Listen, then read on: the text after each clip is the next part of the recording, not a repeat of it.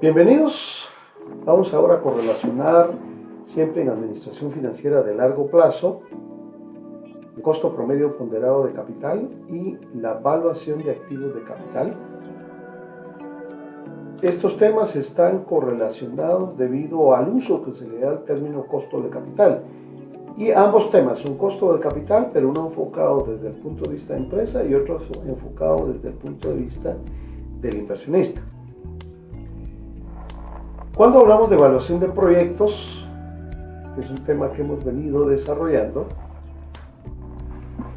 al calcular los criterios numéricos o matemáticos de evaluación de proyectos, debemos hacer uso del término costo de capital, dado que para calcular el valor presente neto y la tasa interna de retorno, se hace necesario tener un costo de capital. Esos temas están correlacionados cuando estamos evaluando un proyecto, debido a que entre la fase 1 y 2, entre los estados financieros pro forma y el cálculo de flujos, también debemos considerar el cálculo del costo de oportunidad de capital, que ya sabemos que tiene varios sinónimos. Costo de oportunidad de capital tiene como sinónimos tasa de descuento, costo promedio ponderado de capital, costo de oportunidad de capital y tasa de retorno media o mínima aceptada. Sirve el método para evaluar empresa en marcha, inversión a plazo fijo, tasa promedio, entorno económico, mercado de capital. Depende del contexto de la inversión, así será el uso que le demos. En la fase 3 nosotros evaluamos financieramente el proyecto, calculando las 4 variables. Y para evaluar el valor actual neto y la tasa interna de retorno debemos tener un referente de costo de oportunidad de capital. Eso nos lleva a considerar que hay una serie general de procesos que se llevan a cabo, o fases, y ese proceso implica primero, si se tiene 2 o más proyectos, o un proyecto con varias alternativas, clasificar el proyecto en función de la relación de los flujos entre sí. Se emiten estados financieros pro forma, se construyen los flujos y se evalúan los factores numéricos o matemáticos de evaluación de inversión de proyectos. Eso nos ayuda a concluir la viabilidad de un proyecto de inversión. Hoy vamos a correlacionar costo de capital con riesgo y rendimiento, sabiendo que costo de capital lo hemos enfocado desde el punto de vista de la empresa y riesgo y rendimiento lo hemos enfocado desde el punto de vista del inversionista. Eso implica que vamos hoy a correlacionar el modelo CAPM con el costo promedio ponderado de capital.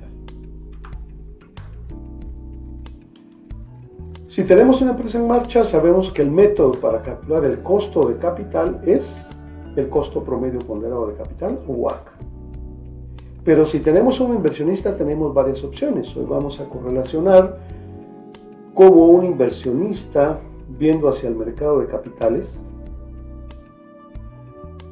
tiene relación directa con el costo promedio ponderado de capital. Dado que es inversionista, está tratando de comprar acciones e invertir recursos, y la empresa está tratando de captar capital emitiendo acciones. Siempre decidir la estructura correcta de capital tiene por objetivo optimizar el costo promedio de capital. Optimizar implica que sea el mínimo costo posible para los máximos beneficios. Eso implica crecimiento de la riqueza, que es uno de los objetivos originales de los cuales habíamos conversado sobre administración financiera. Objetivos 3 básicos: maximizar la riqueza, minimizar el riesgo y reducir el costo de capital.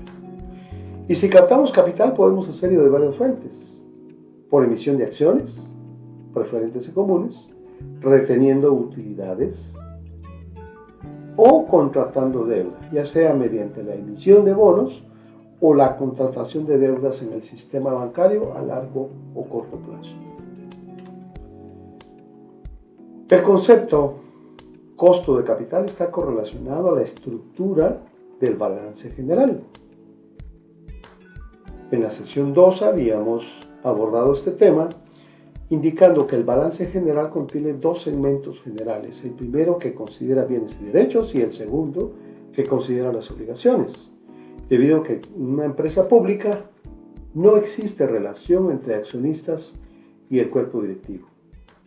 A ese concepto de imparcialidad se le llama gobierno corporativo en sociedades anónimas abiertas. Entonces el concepto costo de capital va a estar correlacionado al valor del capital invertido en una organización, que es el valor total del activo. Ese valor total del activo puede estar financiado con capital de accionistas o capital de terceros. Y a esa combinación entre el monto de capital y el financiamiento asociado a deudas o a capital de accionistas se le llama estructura de capital. Esa estructura de capital tiene un costo que aprendimos a calcular en alguna sesión anterior a través de dos métodos, un método tabular o por medio de una fórmula. En ese momento habíamos presentado un balance general y en datos complementarios indicado los costos asociados a las deudas y a las acciones.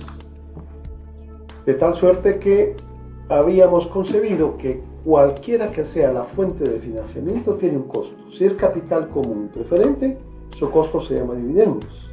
Y si son deudas a través de emisión de bonos o captación de deuda bancaria de largo y corto plazo, ese costo financiero se llama intereses. Todo tiene un costo. Eso nos llevó a resolver por medio de una fórmula el costo promedio ponderado de capital, considerando el costo asociado a una deuda específica. Cuando despejamos la fórmula, tuvimos que calcular el peso relativo a aquellas cuentas contables que tienen un costo financiero. Se excluyen las que no tienen costo financiero. Luego de aplicar la fórmula, que tiene tres elementos: costo de deuda, costo de preferentes y costo de comunes, pudimos calcular el costo de la deuda, el costo de la preferente y el costo de la acción común, confirmando que en promedio, debido a la estructura de capital de esta empresa, el costo de capital es del 12.08%. Luego abordamos en la sesión número 9 los métodos de evaluación del riesgo. Hablamos de un método probabilístico y de uno estadístico, y luego hablamos del método de evaluación de activos de capital, que es un método que asocia el riesgo y el rendimiento. Se categoriza aún dentro de los métodos de riesgo, pero que incluye el efecto del rendimiento como compensación al riesgo que se está corriendo. Este método considera el riesgo en el mercado y la tasa libre de riesgo para poder compensar al inversionista con un pago adicional. Eso lo resolvimos mediante una fórmula considerando un coeficiente beta de riesgo, un riesgo de mercado y una tasa libre de riesgo. Luego de plantear la ecuación, asignar valores a las variables, resolvimos y confirmamos que el accionista estaba requiriendo 13% como rendimiento mínimo requerido por la inversión en atención a la compensación del riesgo que el coeficiente beta contiene.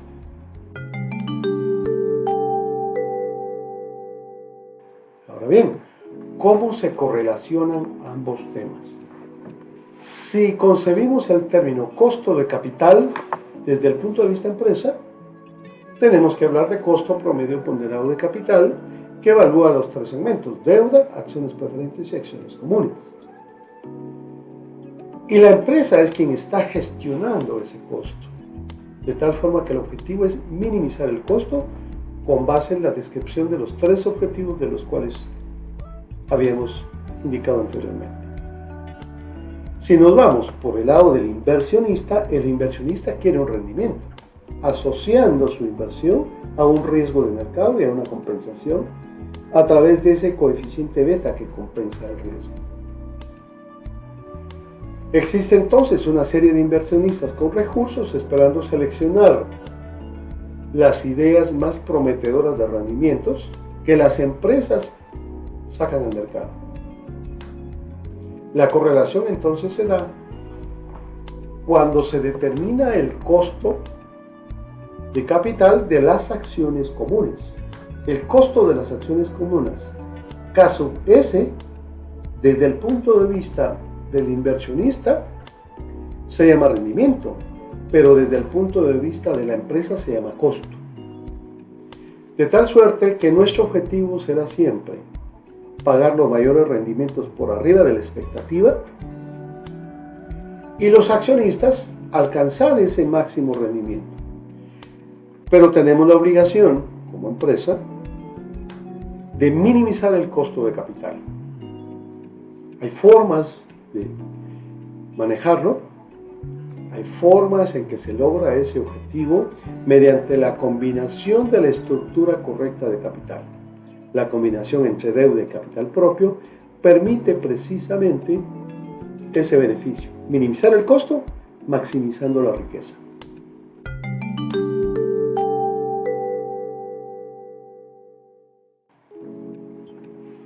Tenemos un caso concreto acá, correlacionado a los dos temas. Y dice, Green Technology está totalmente financiada por acciones o con acciones. Esa confirmación que está totalmente financiada con acciones nos lleva a confirmar que al final el 100% del capital es de accionistas, no hay deudas. Su beta de riesgo es 0.9, la tasa de rendimiento en el mercado para acciones del mismo tipo es del 14% y la tasa libre de riesgo es del 8%. Se solicitan dos cosas: calcular el costo actual, costo de capital, e inciso B, evaluar el impacto de una modificación en esa estructura. Vamos a relacionar el costo de capital con el rendimiento requerido del inversionista. Recuerden que para determinar el costo promedio ponderado de capital, tengo pesos y tengo costos. Y para calcular el rendimiento requerido del inversionista, debo tener una tasa libre de riesgo con un coeficiente beta que premia el riesgo adicional que está corriendo el inversionista por la diferencia entre la tasa de mercado y la tasa libre de riesgo. Son 4 variables, una se calcula y 3 son las que debemos conocer para calcular la cuarta variable. Bueno, en este sentido, tenemos un escenario actual y otro propuesto, tanto en el costo de capital como en el rendimiento requerido del inversionista. Para resolver este caso, vamos a considerar el primer requerimiento. La empresa está totalmente financiada con acciones. Eso implicaría recordar la condición del método, que la suma de los pesos de deuda más acciones preferentes más acciones comunes siempre serán igual a 1. Y en este caso no hay deuda y no hay preferentes, solo acciones comunes. El beta actual de riesgo de la compañía en el mercado es de 0.9. La tasa de rendimiento esperada en el mercado es de 14 para las acciones del mismo tipo y la tasa libre de riesgo es del 8. Eso nos lleva a considerar el rendimiento requerido del inversionista, con un 8% de tasa libre de riesgo y un 14% de tasa de mercado y un coeficiente de riesgo de 0.9. Eso implica que el accionista tiene un rendimiento requerido mínimo del 13.4%. En este momento podemos revisar el cálculo del WACC de la empresa. Green Technology en este momento está financiada solo con acciones, de tal forma que el costo de capital será exactamente el mismo que el rendimiento requerido de los inversionistas. En el segundo escenario, tendremos que evaluar ese cambio. Con esto estamos respondiendo el primer requerimiento. Calcule el costo accionario. Y el costo accionario es del 3.4% en la situación actual. pero debe evaluarse un impacto de modificar la estructura de capital a un 30% de deuda. Eso implica un nuevo escenario, y en el nuevo escenario la condición cambia. Un 30% es deuda y un 70% son acciones comunes. Si tengo acciones comunes, tengo costo de acciones comunes. Si tengo deuda, tengo que tener costo de deuda. En este caso, la condición del mercado no cambia. Continúa siendo para el inversionista el 8% de tasa de rendimiento y un 14% de tasa de mercado, pero el coeficiente nunca cambia debido al incremento de la deuda. El coeficiente de riesgo beta aumenta a 1.1. Eso implica que de un 13.4% que originalmente calculamos como rendimiento requerido del inversionista, con esta modificación el inversionista está solicitando o requiere un 14.6% de rendimiento requerido. Luego el enunciado nos indica que el costo de la deuda después de impuestos es del 7%.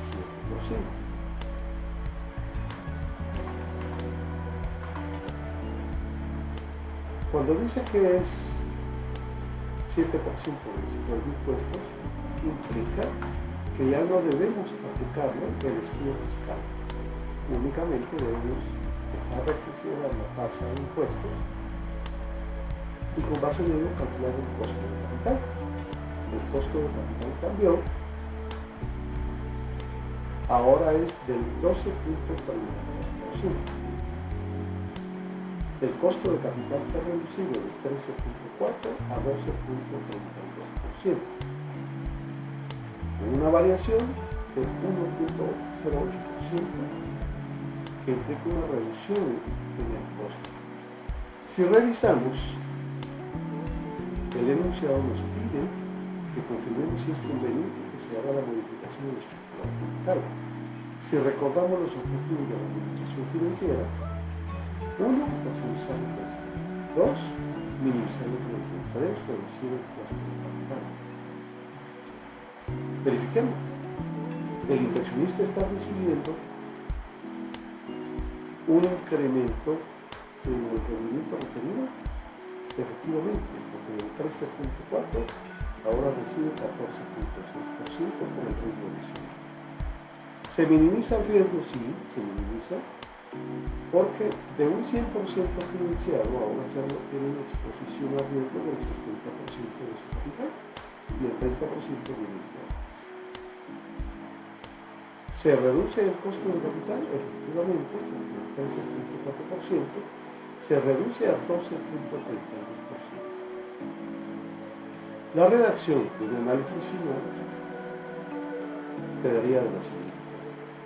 Considerando que la estructura de capital pasa a ser financiada con deuda al 30%, se cumplen con los objetivos de la administración financiera de reducimos el costo de capital, incrementamos el beneficio al accionista y se reduce el riesgo para el accionista por una menor proporción de capital invertido. Por lo que se concluye que es conveniente que se haga la modificación en la estructura de capital.